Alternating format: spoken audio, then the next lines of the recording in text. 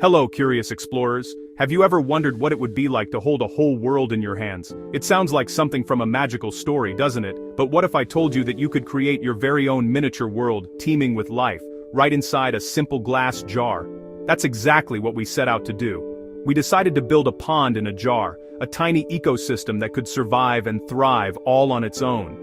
It's a fantastic science experiment, and a wonderful way to bring a little piece of nature indoors. It's like having a secret window into an underwater world, where you can watch incredible things happen every single day. Why build a pond in a jar, you might ask? Well, it's an amazing way to learn about nature up close. Instead of just reading about ecosystems in a book, we get to build one ourselves. We can see with our own eyes how plants create oxygen for animals to breathe, and how tiny creatures help keep the water clean. It's a living, breathing puzzle where every piece has an important job to do. This project isn't just about watching, it's about understanding the delicate balance of life. It's a challenge, a responsibility, and most of all, a super exciting adventure that unfolds right on your windowsill. The idea is to create a sealed world, a self-sustaining biosphere. Once we put the lid on, we don't open it again. This means everything inside, the water, the soil, the plants, and the tiny animals, has to work together perfectly to survive. The plants will use sunlight to make food and oxygen, a process called photosynthesis. The little creatures will eat the plants and algae, and their waste will become food for the plants. It's a perfect circle of life, a cycle that keeps everything going. Our mission, which we chose to accept, was to see if our little jar world could survive for 100 days. So, get ready to dive in with us. We're going to show you exactly how we built our tiny pond, from scooping up the first handful of mud to watching the first snail slide across the glass. We'll share all our secrets, the amazing successes, and even the tricky problems we had to solve along the way. This isn't just our story, it's an invitation for you to become a creator of worlds too. By the end, you'll see how easy and rewarding it is to start your own pond in a jar survival challenge. Let's get our hands a little bit muddy and make something truly amazing together.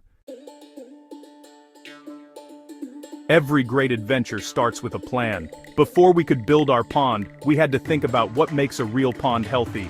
A pond isn't just a puddle of water, it's a bustling community of living things. It has soil at the bottom, full of nutrients. It has plants that provide food and shelter. And of course, it has animals, from big fish to teeny tiny creatures you can barely see. Our challenge was to shrink all of these amazing things down to fit inside our jar. We knew we couldn't just throw everything in and hope for the best. We had to think like scientists and build our ecosystem carefully, step by step. Our first mission was to find the perfect container. We looked at all sorts of jars, big and small.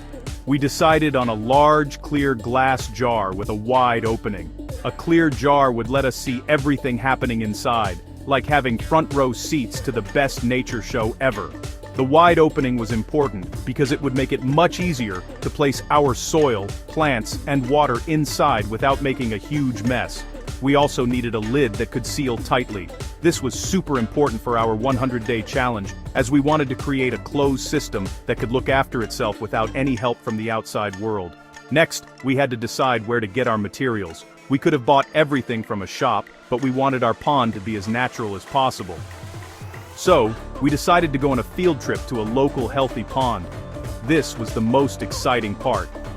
We put on our wellies, grabbed our buckets and nets, and set off to become nature detectives. We weren't just collecting mud and water.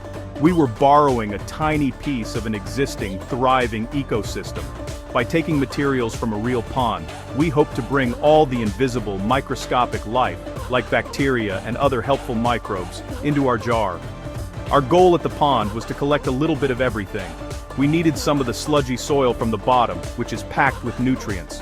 We needed some of the pond water itself, which is full of tiny organisms. We looked for interesting-looking plants, both the ones rooted in the mud and the ones floating on the surface. We also kept our eyes peeled for any small creatures, like snails or water fleas, that we could carefully catch and bring back with us. It felt like a treasure hunt, and every scoop of our net brought up something new and exciting to look at. Our pond collecting day was brilliant. With our big jar ready and waiting, we carefully began gathering the ingredients for our miniature world. The first thing we went for was the soil from the bottom of the pond. This isn't just any old mud, it's the engine room of the ecosystem. We used a small trowel to scoop up a good amount of the dark, rich sediment from the shallow edge of the pond. This soil is full of nutrients that our plants would need to grow strong. It's also home to countless tiny organisms and bacteria that play a vital role in breaking down waste and keeping the ecosystem healthy. We made sure to get a nice, mucky sample. Next on our list was the water.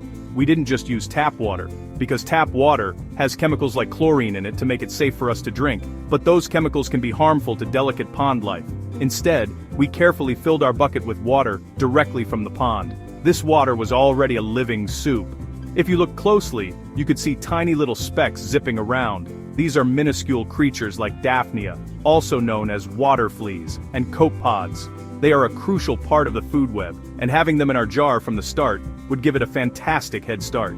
Of course, no pond is complete without plants. Plants are the superstars of our jarred ecosystem. We looked for a few different types to create variety. We found some Elodea, which is a brilliant underwater plant with long, feathery stems. Elodea is known for being a great oxygenator, meaning it releases lots of oxygen bubbles into the water, which is exactly what our pond animals would need to breathe. We also scooped up some duckweed. These are tiny little floating plants that quickly cover the surface, providing shade and food for some of the creatures. We were careful to only take a small amount of each plant. Finally, we looked for some slightly bigger residents for our new home. We weren't looking for fish, as they would be far too big for our jar and would quickly run out of oxygen. Instead, we were searching for the cleanup crew. We gently scooped around the edges and were delighted to find a few small ram's horn snails. These snails are fantastic because they act like tiny vacuum cleaners, munching on algae that might grow on the glass, and eating any decaying plant matter. They would help keep our jar tidy. With our buckets full of mud, water, plants, and snails, our treasure hunt was complete. We had all the ingredients for our pond in a jar. Back home with our collection of pond treasures, it was time for the most exciting part, the assembly. We couldn't just dump everything into the jar. We had to build our ecosystem in layers, just like a real pond. The first layer to go in was the soil. We carefully spooned the dark, sludgy mud into the bottom of the jar, creating a base about 2 or 3 centimeters deep. This layer would be the foundation of our world, providing an anchor for the plant roots and a home for all the wonderful bacteria and worms that live in the mud. We gently patted it down to make it a bit more stable. The next layer was a bit of sand and small gravel that we had rinsed. We sprinkled a thin layer of this over the mud. This might seem like a small step, but it's actually really important. The sand and gravel layer helps to keep the mud from swirling up and making the water cloudy every time the jar is moved. It acts as a barrier, holding the soil in place, while still allowing the plant roots to grow through it. It also gives the bottom of our pond a more natural and finished look, creating different textures for tiny creatures to explore. Now for the plants. This part required a gentle touch. We used a pair of long tweezers to carefully place our rooted plants, like the Elodea, into the soil layer. We pushed their roots down through the sand and into the rich mud below. This secures them in place, so they don't just float away. It's like planting a tiny underwater garden. Getting the plants to stand up straight was a bit fiddly, but we took our time. These plants would soon become the lungs of our little world, so it was important to get them settled in nicely. Finally, it was time to add the water. We didn't want to just pour it in and disturb all our careful layering. The trick is to pour the water in very, very slowly. We placed a small stone on the sand layer and poured the pond water gently onto the stone. This broke the force of the water, allowing the jar to fill up without stirring up a big muddy mess. We filled the jar about 3/4 full, leaving some airspace at the top. We added our floating duckweed, gently placed our snails inside, and then, the most important moment of all, we sealed the lid on tight. Our 100-day survival challenge had officially begun. The first few days after sealing the jar were a time of great anticipation. We placed our new world on a bright windowsill where it would get plenty of indirect sunlight, but not so much that it would overheat. At first, the water was a little bit cloudy from all the movement, but we resisted the urge to shake it or open it.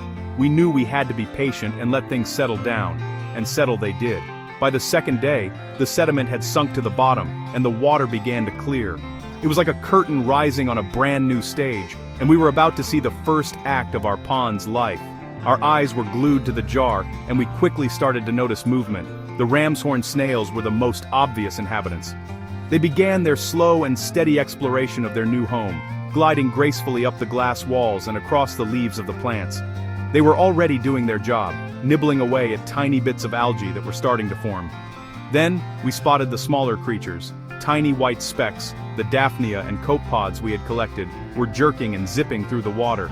It was amazing to see so much activity in what, from a distance, just looked like a jar of water. The plants were changing too. The Elodea, our oxygen-making powerhouse, seemed to perk up in the sunlight. If we looked very closely, we could see tiny glistening bubbles forming on its leaves. These were bubbles of pure oxygen. It was incredible to witness photosynthesis happening right before our eyes. The plant was breathing out the very air that the snails and other creatures needed to breathe in. The duckweed on the surface also started to multiply, with tiny new leaves budding off from the old ones. Our little garden was starting to grow. Every day brought a new discovery. One morning, we noticed a long jelly-like string attached to a leaf. Snail eggs! Our snail family was growing. Another day we spotted a tiny wriggling worm in the soil layer, something we hadn't even known was in there. The jar was revealing its secrets to us, showing us that we had collected more than just mud and water. We had collected a complex web of life. Watching this hidden world come alive was more exciting than any television show. We kept a daily log of our observations, drawing pictures of the snails and counting the new duckweed leaves. Around the 3-week mark, our perfect little pond world started to face its first big challenge. We came to check on it one morning and noticed that the water, which had been so clear, was starting to look a bit murky and greenish, and then, just a day later, it was even worse. The inside of the glass was coated in a fine green film and the water itself had a distinct green tinge. It was an algae bloom.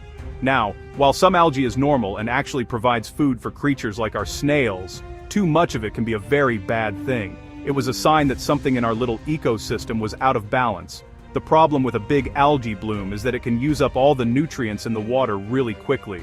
But honestly, the biggest danger comes from what it does to the oxygen levels. During the day, just like our other plants, the algae produces oxygen through photosynthesis. But at night, when there's no light, all of those countless algae cells start to consume oxygen. With so much algae in the jar, they could use up all the available oxygen in the water overnight, leaving none for our snails and other tiny creatures. We were worried that if we didn't do something, our little animals might not survive. We tried to figure out what had caused the bloom. Our number one suspect was sunlight. We realized that the spot we had chosen, while bright, was getting a few hours of direct, strong sunlight in the afternoon.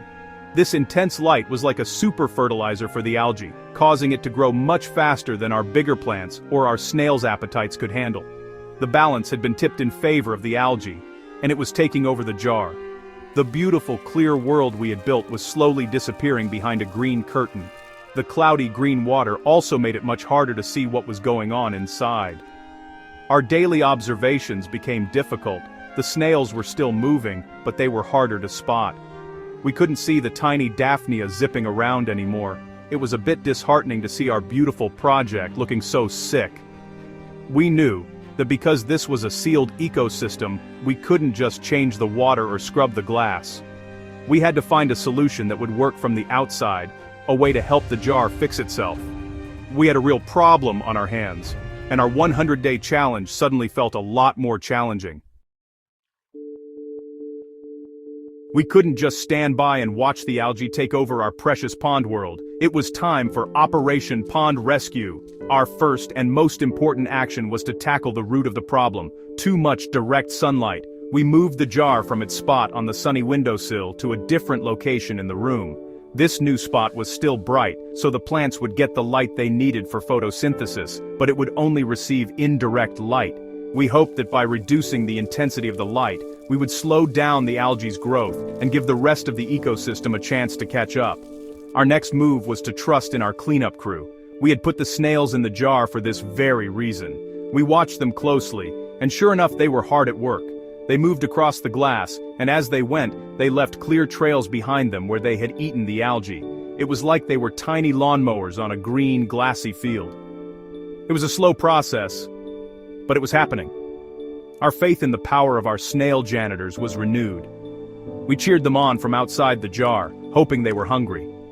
This was also a big test of patience. The algae didn't disappear overnight. In fact, it took a couple of weeks for us to see a really noticeable difference. During this time, the water went through a murky phase where it looked even worse for a while. This was likely because as the algae died off, it was being broken down by the bacteria in the soil, which temporarily clouded the water. We had to trust the process. We had put all the right ingredients in, and now we had to let nature do its work to find a new balance. Opening the jar was not an option. The system had to heal itself, and slowly, but surely, it did. The green tinge in the water began to fade, and the water clarity improved day by day. The snails, along with the Daphnia which reappeared as the water cleared, had done a brilliant job of munching through the excess algae. Our Elodea plants seemed to grow taller and stronger, competing with the algae for nutrients. We learned a hugely important lesson. Ecosystems, even tiny ones, can be surprisingly resilient. By making one simple change, moving the jar, we had allowed the internal systems to rebalance and overcome the problem. Our pond was back on track. As the weeks turned into months, our pond in a jar truly transformed. After recovering from the great algae bloom, it settled into a stable and fascinating rhythm. The water remained clear with just a light, healthy layer of biofilm on the glass that the snails happily grazed on. The duckweed on the surface had multiplied and now formed a nearly complete canopy. This created a beautiful dappled light effect in the water below and helped prevent another algae bloom by shading the water column. It was like a miniature lily pond. The jar no longer looked like something we had just built. It looked like a real established piece of nature. The life inside continued to flourish in surprising ways. Our original snails had laid several batches of eggs, and we soon had a whole new generation of tiny, almost transparent snails exploring the jar. It was incredible to watch them grow from tiny specks into miniature versions of their parents. The population of Daphnia and other microscopic creatures also seemed to ebb and flow. Some weeks there would be clouds of them, and other weeks they would be more sparse. This was a sign of a healthy food web, with populations rising and falling based on food availability and predation. The plants changed dramatically too. The Elodea grew so tall that it reached the surface of the water, its stems weaving a dense underwater forest. This provided even more surface area for good bacteria to grow on and more hiding places for tiny creatures. We also noticed that some of the original plant matter had started to decay at the bottom. This wasn't a bad sign. The decaying leaves were being broken down by bacteria and worms in the soil, releasing their nutrients back into the ecosystem to be used by the growing plants. We were witnessing the circle of life, from growth to decay and back to growth again, all within our jar. On day 100, we took a final, long look at our creation. It was a thriving, bustling, and balanced world. The water was clear, the plants were lush and green, and multiple generations of snails were going about their daily business. It looked completely different from the jar we had first assembled, but all the changes had happened naturally, from within. It had survived and found its own equilibrium. Our little experiment was a huge success. The jar had not just survived for 100 days, it had thrived, evolved, and become a mature ecosystem in its own right. Reaching the end of our 100-day survival challenge felt like a huge achievement.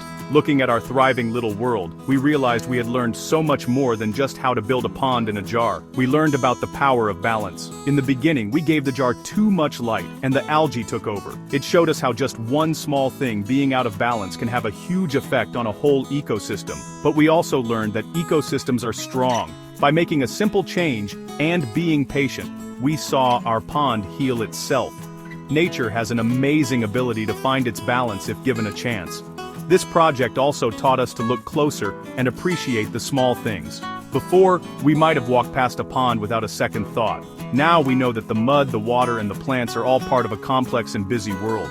We spent hours watching our jar, noticing the tiniest details, the way a snail moves, the bubbles on a leaf, the jerky dance of a water flea. It reminded us that there is a whole universe of incredible nature happening all around us, all the time, even in places we can't easily see. It inspired us to be more curious and observant wherever we go. The most important lesson was that science is something you can do, not just something you read about.